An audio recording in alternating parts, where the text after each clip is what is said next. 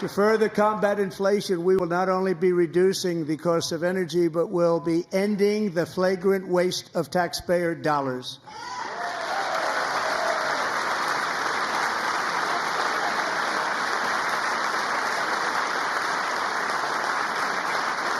And to that end, I have created the brand new Department of Government Efficiency, DOGE. Perhaps you've heard of it. Perhaps.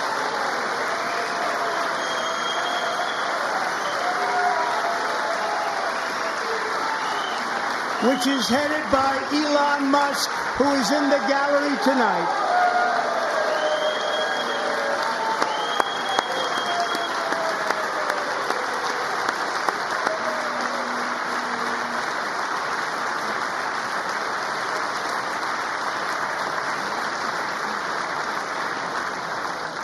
Thank you, Elon. He's working very hard. He didn't need this.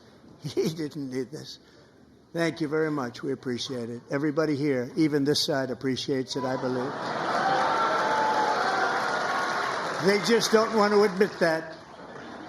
Just listen to some of the appalling waste we have already identified. $22 billion from HHS to provide free housing and cars for illegal aliens. $45 million for diversity, equity, and inclusion scholarships in Burma. $40 million to improve the social and economic inclusion of sedentary migrants. Nobody knows what that is.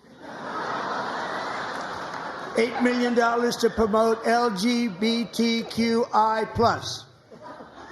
in the African nation of Lesotho, which nobody has ever heard of.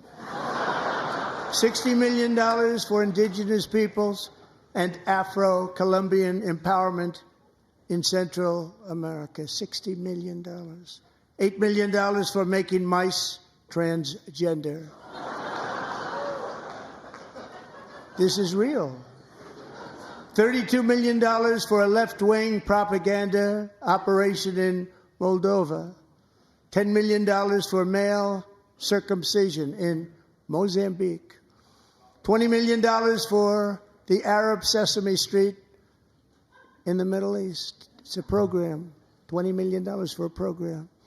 $1.9 billion to recently created Decarbonization of Homes Committee, headed up, and we know she's involved. Just at the last moment, the money was passed over by a woman named Stacey Abrams. Have you ever heard of her? A $3.5 million consulting contract for lavish fish monitoring. $1.5 million for voter confidence in Liberia. $14 million for social cohesion in Mali. $59 million for illegal alien hotel rooms in New York City. He's a real estate developer. He's done very well. $250,000 to increase vegan local climate action innovation in Zambia. $42 million for social and behavior change in Uganda. $14 million for improving public procurement in Serbia. $47 million for improving learning outcomes in Asia. Asia's doing very well with learning. I don't know what we're doing. We should use it ourselves. And $101 million for DEI contracts at the Department of Education. The most ever paid, nothing even like it. Under the Trump administration, all of these scams, and they're far worse, but I didn't think it was appropriate to talk about them. They're so bad. Many more have been found out and exposed and swiftly terminated by a group of very intelligent, mostly young people, headed up by Elon, and we appreciate it. We found hundreds of billions of dollars of fraud.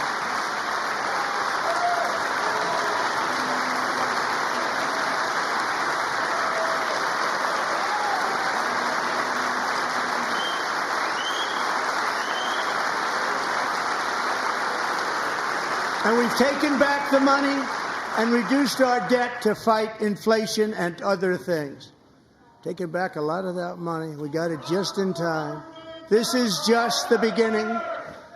The Government Accountability Office, a federal government office, has estimated annual fraud of over $500 billion in our nation, and we are working very hard to stop it. We're going to.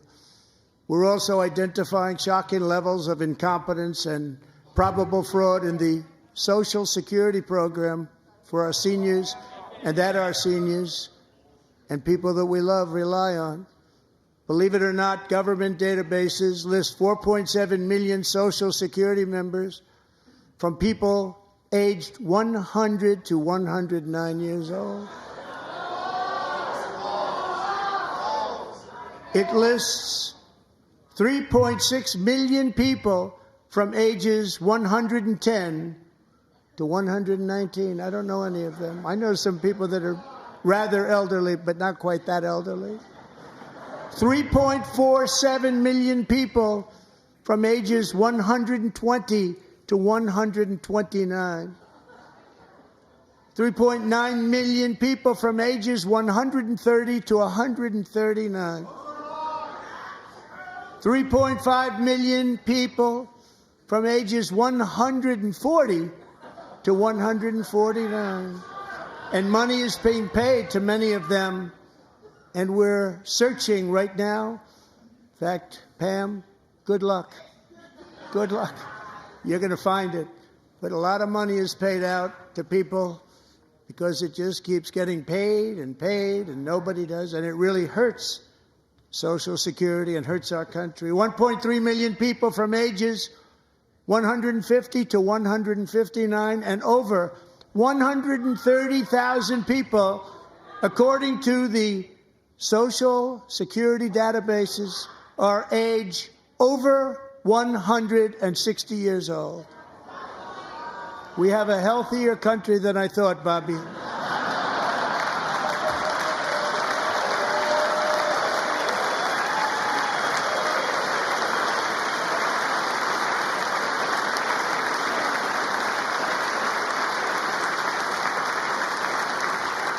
Including, to finish, 1,039 people between the ages of 220 and 229, one person between the age of 240 and 249, and one person is listed at 360 years of age. More than 100 years older than our country.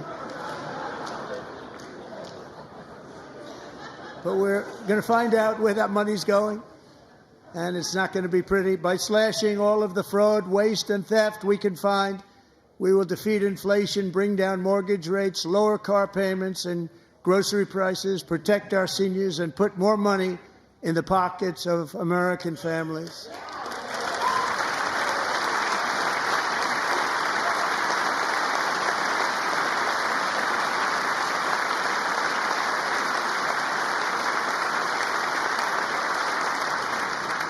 And today, interest rates took a beautiful drop, big, beautiful drop. It's about time.